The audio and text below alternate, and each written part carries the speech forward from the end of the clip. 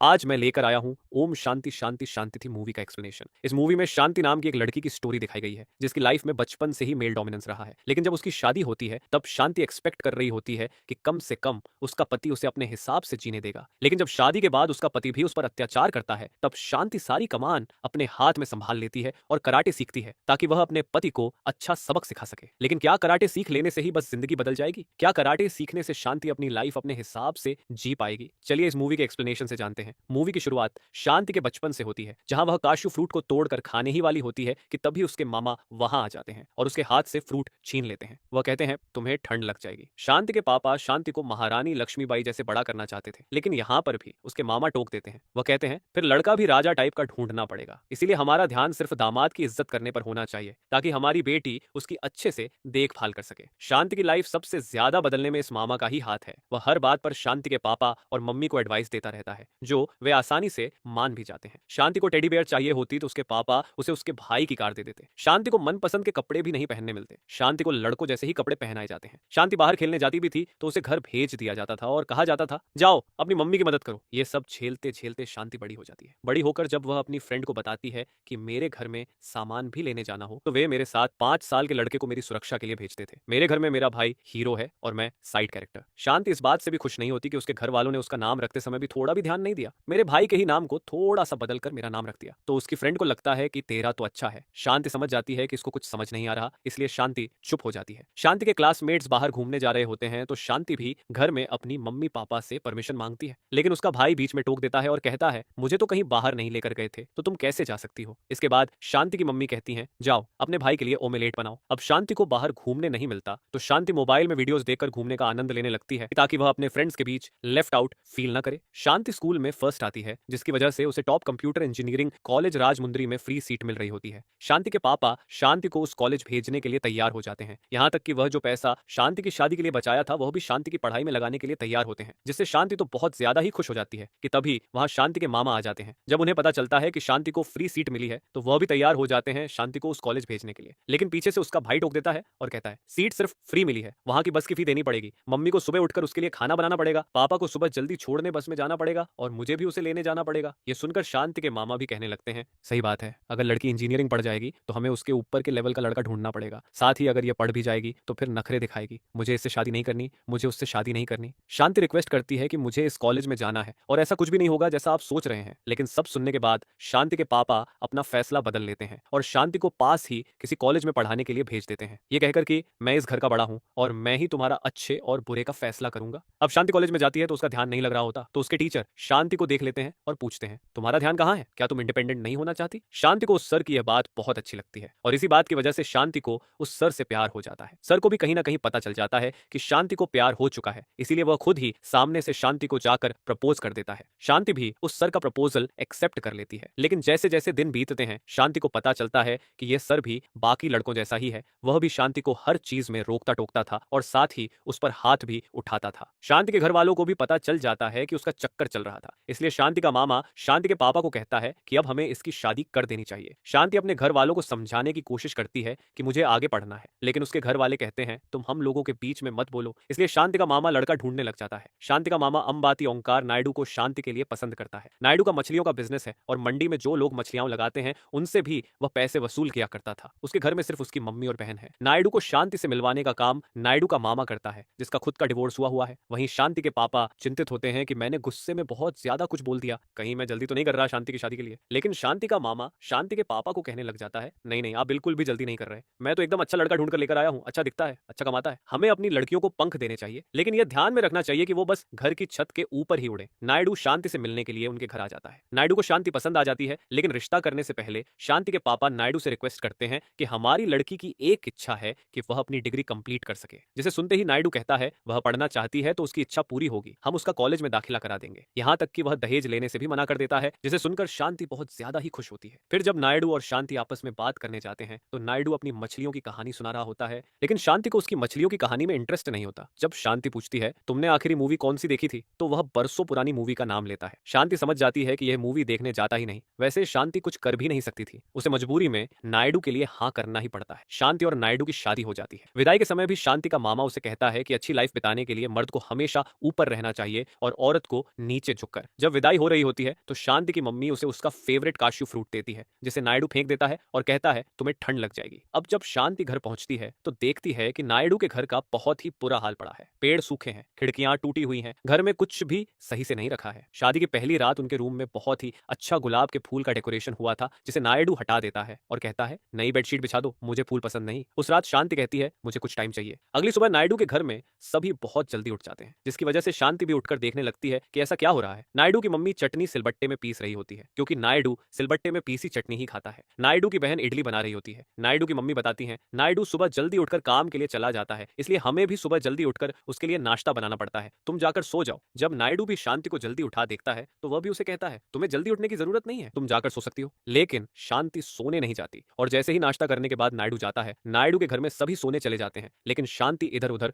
घूमती रहती है। वहीं नायडू कल रात जो हुआ वह अपने मामा को बताता है। यहाँ पर नायडू का मामा भी शांति के मामा के जैसा ही है। वह भी नायडू को कहता है कि औरतों को अपने कंट्रोल में रखना चाहिए, तब वे हमारी बातें मानती हैं। देर रात जब नायडू घर आता है तब शांति उसे कहती है कि मुझे कॉलेज में एडमिशन कराने जाना है। नायडू कहता है अभी कॉलेज के एडमिशन में टाइम है, हम लोग बाद में जाएंगे। अगली सुबह फिर सब जल्दी उठ जाते हैं। शांति भी जाकर किचन में हेल्प करने की कोशिश करती है, लेकिन जब वह देखती है कि आज भी इडली बनी हुई है तो वह नायडू की बहन से पूछती है आज भी इडली बनी है। नायडू की मम्मी बताती हैं नायडू को एक बार जो खाना पसंद आ जाए चलता ही रहता है, उसे उस खाने के अलावा कुछ खाना पसंद नहीं होता। नायडू फिर नाश्ता करके काम पर जाने के लिए निकल जाता है। वहीं शांति अब सोने की बजाय घर में झाड़ू पोछा लगाने लगती है। नायडू घर आता है और देखता है कि घर में चारों तरफ साफ सफाई है, तो नायडू की मम्मी डरते हुए बताती हैं कि यह शांति ने किया है, जिसे सुनकर नायडू घर से बाहर चला जाता है। नायडू की बहन को लग रहा होता है कि नायडू गुस्सा करेगा, लेकिन नायडू चुपचाप घर से चला जाता है। नायडू की बहन को समझ में नहीं आ रहा होता कि शांति ने ऐसा क्या जादू कर दिया कि उसके भाई का गुस्सा पूरी तरीके से खत्म हो गया। ये देखने के बाद शांति घर के बाकी सारे काम भी करने लगती है, जैसे मछलियों का टैंक साफ करना, घर में जहां जहां छोटी छोटी मिस्टेक्स थी उन्हें सही करना, घर को डेकोरेट करना, यानी जहां घर खंडहर बना हुआ था वह उसे खूबसूरत बना रही थी। जब नायडू यह सब देखता है तब भी वह शांति को कुछ नहीं कहता। अब एक दिन शांति सुबह जल्दी उठकर चेन्नई स्पेशल पोंगल राइस बना रही होती है। नायडू की मम्मी सोचती है कि नायडू नहीं खाएगा, लेकिन शांति फिर भी बनाती है और नायडू को नाश्ते में पोंगल राइस देती है। नायडू पोंगल राइस देखकर पहले तो मुंह बनाता है, लेकिन बाद में वह नाश्ता कर लेता है। नायडू की मम्मी भी बहुत खुश होती हैं कि पहली बार नायडू ने कुछ नया खाया। इससे शांति बहुत खुश होती है और रात को बहुत ही अच्छे से तैयार होकर नायडू के आने का वेट कर रही होती है। जब नायडू घर आता है तब शांति नायडू को एक टी शर्ट देती है जो वह लेकर आई थी, लेकिन नायडू वो शर्ट पहनने से मना कर देता है और कहता है मुझे यह शर्ट पसंद नहीं। शांति यह सुनने के बाद उदास हो जाती है और जाकर सो जाती है। अगली सुबह नायडू जब काम के लिए जाता है उसके पास कृष्णा नाम का एक आदमी आता है। वह नायडू से रिक्वेस्ट कर रहा होता है कि मेरा पॉन्ड भी आपके पॉन्ड के साथ लगा हुआ है, आप इसे अपने में मिला लो ताकि आपको बेनिफिट हो और मुझे पैसों की जरूरत है, आप मुझे कुछ पैसे दे दो। लेकिन नायडू कृष्णा के पॉन्ड में मछली हार्वेस्ट करने से मना कर देता है। नायडू जहां काम करता है वहां शांति आ जाती है। शांति को देखकर नायडू हैरान हो जाता है। शांति सबके लिए घर के बने हुए लट्टू लेकर आती है और वहां काम करने वाले सभी लोगों को देती है। शांति के हाथ के बनाए हुए लट्टू सबको बहुत पसंद आते हैं। शांति वह लट्टू नायडू को भी देती है और कहती है कॉलेज में एडमिशन कराने की लास्ट डेट नजदीक आ गई है। लेकिन नायडू कहता है अभी भी हमारे पास टाइम है, तुम घर जाओ और यहाँ कभी भी आने से पहले मुझे बता कर आना। नायडू वहां से जाता है और वह लड्डू नहीं खाता, पॉन्ड में ही फेंक देता है। अगली सुबह जब नायडू काम के लिए जाने लगता है तो उसे रासम खाने के लिए दिया जाता है, जिसे देखकर नायडू खाना उठाकर फेंक देता है। नायडू गुस्से में शांति को कहता है जो मुझे पसंद है वही बनाओ, उसके सिवा और कुछ नहीं। शांति फिर जल्दी जाकर इडली चटनी बनाकर नायडू को सर्व करती है और कहती है आज से तुम्हें जो पसंद है वही बनाऊंगी। लेकिन इसमें गुस्सा होने वाली कौन सी बात है। जिसे सुनते ही नायडू शांति को खींचकर थप्पड़ मार देता है और कहता है तुम मुझे मत सिखाओ कि मुझे क्या करना है। अगर तुम्हें इस घर में कुछ भी चेंज करना है या कुछ अलग बनाना है तो पहले मुझसे पूछो। अगर तुमने अपनी मर्जी चलाई तो मैं तुम्हें छोड़ूंगा नहीं। अब नायडू ये सारी बातें अपने मामा को बताता है। मामा कहते हैं जब तुम्हारे बीच कुछ हुआ ही नहीं है तो तुमने उसे थप्पड़ क्यों मारा। नायडू कहता है वह जैसी मर्जी चाहेगी वैसा करेगी क्या, तुम्हें लगता है मैं उसे उसके हिसाब से करने दूंगा। नायडू के मामा नायडू को समझाते हैं मर्दानगी मुझे बता देने में नहीं है, बल्कि जब तुम्हारी पत्नी उदास हो तो उसे मनाने में है। मेरी बात मानो, शांति को सॉरी बोलो, साथ ही मूवी डेट पर और खाने पर लेकर जाओ। वहीं दूसरी तरफ नायडू की मम्मी नायडू की तरफदारी कर रही होती है। वह शांति को कहती है तुम नायडू के इस बर्ताव के बारे में ज्यादा मत सोचो, वह बहुत ही इनोसेंट लड़का है, जरूर जहां वह काम करता है वहां कुछ हुआ होगा जिसकी वजह से उसने वहां का गुस्सा तुम पर निकाल दिया। बाद में नायडू घर आकर शांति को सॉरी कहता है और मूवी डेट पर चलने के लिए कहता है। पहले मूवी देखने जाते हैं फिर डिनर करने। लेकिन डिनर पर जाते हैं तो नायडू पहले तो शांति को कहता है तुम्हें जो पसंद है वह मंगवा लो, लेकिन जब शांति अपनी पसंद का खाना मांगती है तो वह कहता है यहाँ की मछली और चावल बहुत अच्छे होते हैं, वही खाते हैं। इसके बाद शांति को वही मंगवा कर खाना पड़ता है। यहाँ नायडू शांति से एक वादा करता है आज जो गलती हुई वह कभी नहीं होगी, मैं तुम पर कभी भी हाथ नहीं उठाऊंगा। शांति तो बहुत ज्यादा ही खुश हो जाती है,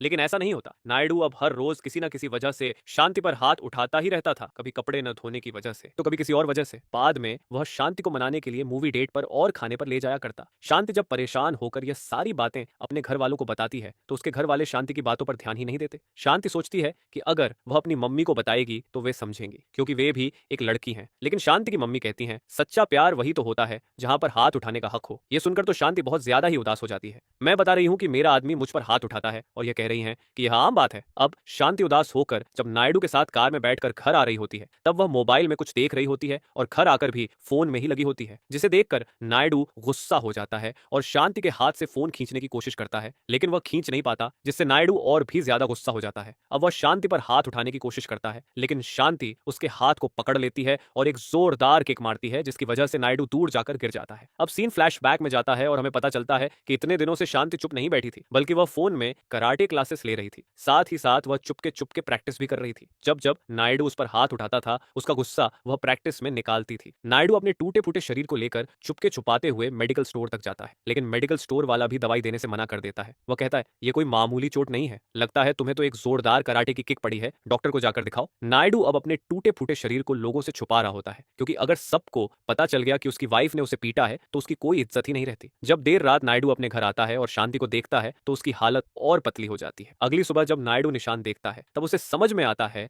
कि शांति अब तक चुप नहीं बैठी थी, वह प्रैक्टिस कर रही थी। नायडू दिन ब दिन शांति से डर कर रहने लगा। नायडू जब ये सारी बातें अपने मामा को बताता है तो उसके मामा कहते हैं, तुमने उसे मारा, उसने तुम्हें मारा, अब बराबर हो गया, इस इशू को ज्यादा मत खींचो, अगर खुश रहना है तो शांत रहना सीखो। नायडू कहता है, मैं शांत रहने वाला नहीं हूं, मैं अल्फा मेल हूं। नायडू ठान लेता है, अब तो मैं इसको सबक सिखाकर ही रहूंगा। नायडू के मामा उसे समझाने की कोशिश करते हैं, लेकिन नायडू समझने के लिए तैयार नहीं होता। अब नायडू भी कराटे सीखने का प्लान बना लेता है। अगले दिन से ही नायडू खुद को चेंज कर लेता है। जो शर्ट उसने पहले नहीं पहनी थी वह शर्ट पहनता है और खाने में सिर्फ बॉइल्ड एग मांगता है। फिर नायडू अपनी कराटे प्रैक्टिस चालू कर देता है। बहुत दिनों तक प्रैक्टिस करने के बाद एक दिन जब नायडू की मम्मी और बहन घर नहीं होते तो नायडू सोचता है, आज तो मैं इसे मजा चखा कर ही रहूंगा। वह इतना कॉन्फिडेंट होता है कि वीडियो रिकॉर्डिंग भी स्टार्ट कर देता है ताकि सबको दिखा सके कि मैं कितना स्ट्रांग हूं। अब शांति को चैलेंज करने से पहले नायडू एब्डोमिनल गार्ड लगा लेता है, फिर शांति को चैलेंज करता है। शांति नायडू को समझाने की कोशिश करती है, तुम मुझसे पंगा मत लो, लेकिन नायडू नहीं समझता और शांति को बहुत ज्यादा उकसाने लग जाता है, फिर खींचकर थप्पड़ मार देता है। अब शांति भी खुद को कंट्रोल नहीं कर पाती और वह भी नायडू से लड़ने लगती है। अब दोनों के बीच घमासान होता है। नायडू अटैक कर रहा होता है, लेकिन शांति सिर्फ डिफेंस करते करते ही नायडू को बहुत अच्छा मजा चखा देती है। इस अटैक और डिफेंस के चक्कर में घर का सारा सामान टूट जाता है, क्योंकि शांति नायडू को एक जगह से दूसरी जगह उठा उठाकर फेंक रही होती है। नायडू की तो हड्डी पसली एक हो चुकी थी। लास्ट में शांति नायडू को एक जबरदस्त किक मारती है, नायडू दूर जाकर गिर जाता है। तभी नायडू की मम्मी और बहन भी घर आ जाते हैं। नायडू का यह हाल देखकर नायडू की मम्मी, नायडू के मामा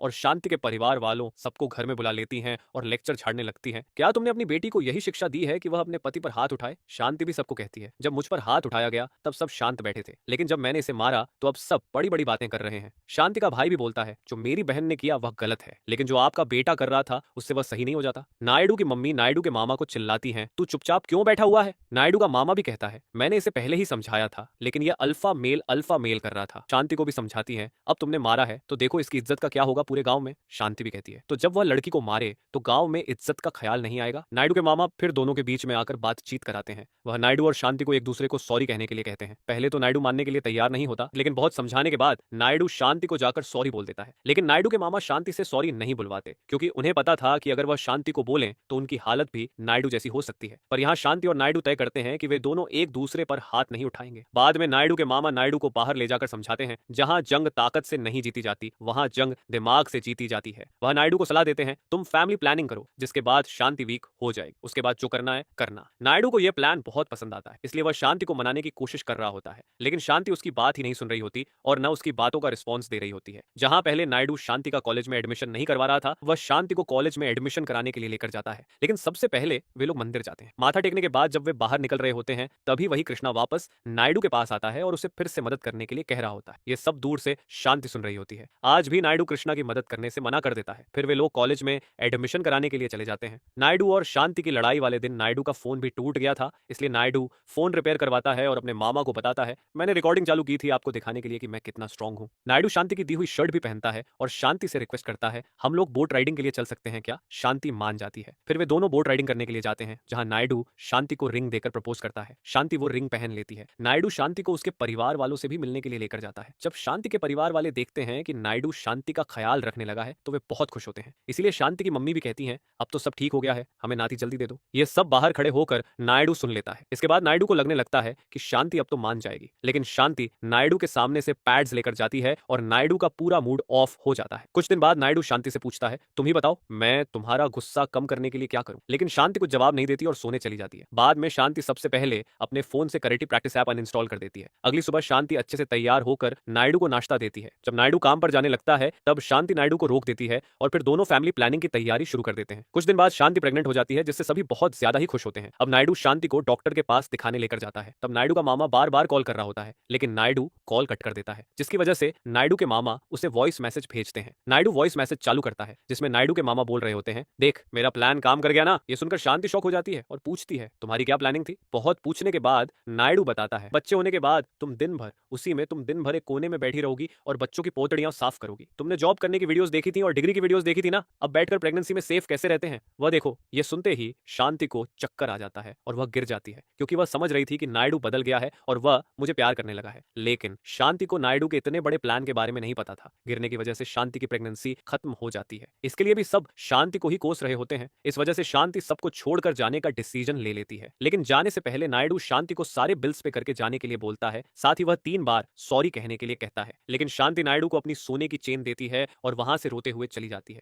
शांति का भाई शांति को रोकता है और समझाने की कोशिश करता है, मैं सबको समझाऊंगा, तुम्हें कोई भी ब्लेम नहीं करेगा, तुम मेरे साथ चलो। शांति अपने भाई की बात मान लेती है और उनके घर चली जाती है। लेकिन शांति का भाई उसे इसलिए नहीं लाया था कि वह परेशान है, बल्कि वह इसीलिए उसे घर में लेकर आया था क्योंकि घर की इज्जत बर्बाद हो जाएगी जब लोगों को पता चलेगा कि शांति ने अपने पति को छोड़ दिया। उसकी प्लानिंग ये थी कि कुछ हफ्ते रखने के बाद शांति को वापस नायडू के घर छोड़ देंगे। घर में रहकर शांति जॉब ढूंढने की कोशिश कर रही होती है, लेकिन जितने भी जॉब्स के लिए इंटरव्यूज हो रही होती हैं उनमें शांति की क्वालिफिकेशन मैच नहीं कर रही होती, इसलिए उसे कोई जॉब नहीं मिलती। वहीं नायडू का मामा नायडू को दूसरी शादी करने के लिए कह रहा होता है, लेकिन नायडू दूसरी शादी करने से मना कर देता है क्योंकि बिना डिवोर्स के दूसरी शादी करना इलीगल होगा। नायडू का मामा कहता है, मैं सब संभाल लूंगा। फिर नायडू को लड़कियां दिखाई जाने लगती हैं। एक लड़की से मिलवाने के लिए नायडू के मामा नायडू को लेकर जाते हैं। नायडू देखता है कि वह लड़की उसे देख देख कर हंस रही होती है, तो नायडू पूछता है, मुझे देखकर क्यों हंस रही हो? तब वह लड़की नायडू को वही वीडियो दिखा देती है जिसमें शांति ने नायडू को खूब अच्छा पीटा था। नायडू को समझ में नहीं आ रहा था कि उसके फोन से यह वीडियो बाहर कैसे पहुंच गई। दरअसल जब नायडू ने अपना फोन रिपेयर करने के लिए दिया था तब शॉपकीपर ने उसकी सारी फाइल्स रिकवर कर ली थी। नायडू को लगता है वहीं से ही वीडियो वायरल हुई होगी। कुछ लोग शांति का सपोर्ट कर रहे थे तो कुछ लोग शांति को कह रहे थे कि कभी भी अपने पति पर हाथ नहीं उठाना चाहिए। जब नायडू की मम्मी को वह वीडियो दिखती है तो उसमें पता चल जाता है कि नायडू ने ही लड़ाई की शुरुआत की थी। इसलिए जब नायडू घर में आता है तब उसकी मम्मी उस पर खूब चिल्लाती हैं, घर के मामले घर तक रहने चाहिए। नायडू का मामा बीच में बोलने की कोशिश करता है, लेकिन नायडू की मम्मी नायडू के मामा को खींचकर थप्पड़ मारती हैं और कहती हैं, आज तक तुमने सिर्फ एक ही अच्छा काम किया, इतनी अच्छी लड़की की मेरे लड़के के साथ शादी करवाई। नायडू की मम्मी नायडू को समझाती हैं, तेरी जिंदगी में जितनी भी प्रॉब्लम्स हैं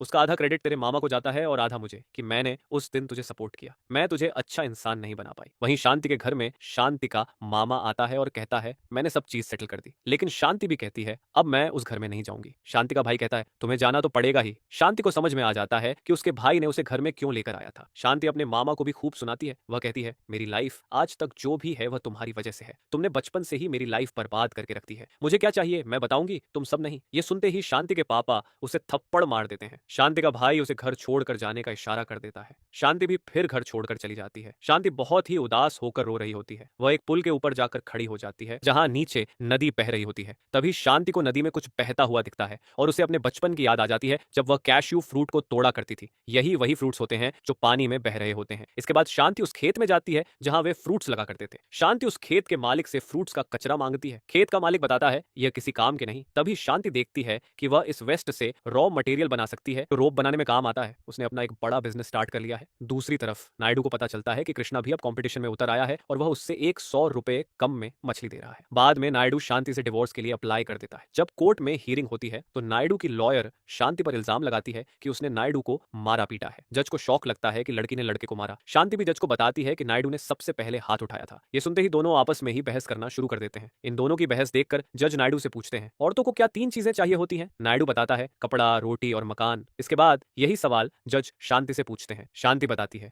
freedom to think, to share the thoughts and to feel like an equal partner. इसके बाद जज भी बताते हैं, बेसिक ह्यूमन राइट्स यही होते हैं, फ्रीडम, इंडिपेंडेंस और इक्वालिटी। हमें लड़कियों को समझना चाहिए और उनकी रिस्पेक्ट करनी चाहिए। जज थोड़ी देर का टाइम देते हैं दोनों को म्यूचुअल डिवोर्स पर अग्री करने के लिए। शांति नायडू से पूछती है, तुम मछलियां कितने रुपए क्विंटल दे रहे हो? वैसे भी तुम्हें क्या पता होगा, तुम काम कौन सा कर रहे हो? वहीं दूसरी तरफ दिखता है कि कृष्णा मछलियां बेचने वालों से पैसे ले रहा होता है। तभी नायडू के आदमी पहुंच जाते हैं और उसे पकड़कर सबक सिखाने वाले होते हैं। कृष्णा बताता है, अब वह पॉन्ड मेरा नहीं है, मैंने तो बेच दिया। वहीं शांति भी नायडू को बता देती है, मैं ही हूं वह जो तुमसे 100 रुपए कम दाम में मछलियां बेच रही हूँ। ये सुनकर नायडू हैरान हो जाता है। फिर शांति डिवोर्स पेपर्स नायडू को देती है और वहां से चली जाती है। जब नायडू पेपर्स देखता है तो उसमें ऑल द बेस्ट लिखा होता है, यानी शांति ने नायडू को डिवोर्स नहीं दिया ताकि नायडू उसके जैसी किसी और लड़की की जिंदगी बर्बाद न कर सके। दूसरी तरफ शांति कृष्णा के पास पहुंच जाती है। वहां जाकर नायडू के सभी आदमियों को बहुत अच्छा सबक सिखा देती है। इस मूवी से एक बात सीखने को मिलती है, लड़कियों को इंडिपेंडेंट रहना सीखना चाहिए। भले ही कराटे आपको थोड़ी प्रोटेक्शन दे सकता है, लेकिन जब तक आप खुद हिम्मत करके मुसीबत का सामना नहीं करेंगी तब तक लोग आपको दबाते रहेंगे। तो आपको इस मूवी का एक्सप्लेनेशन कैसा लगा कमेंट में जरूर बताना, और हमारे चैनल को भी सब्सक्राइब कर लेना ऐसी बेहतरीन मूवीज की एक्सप्लेनेशंस देखने के लिए।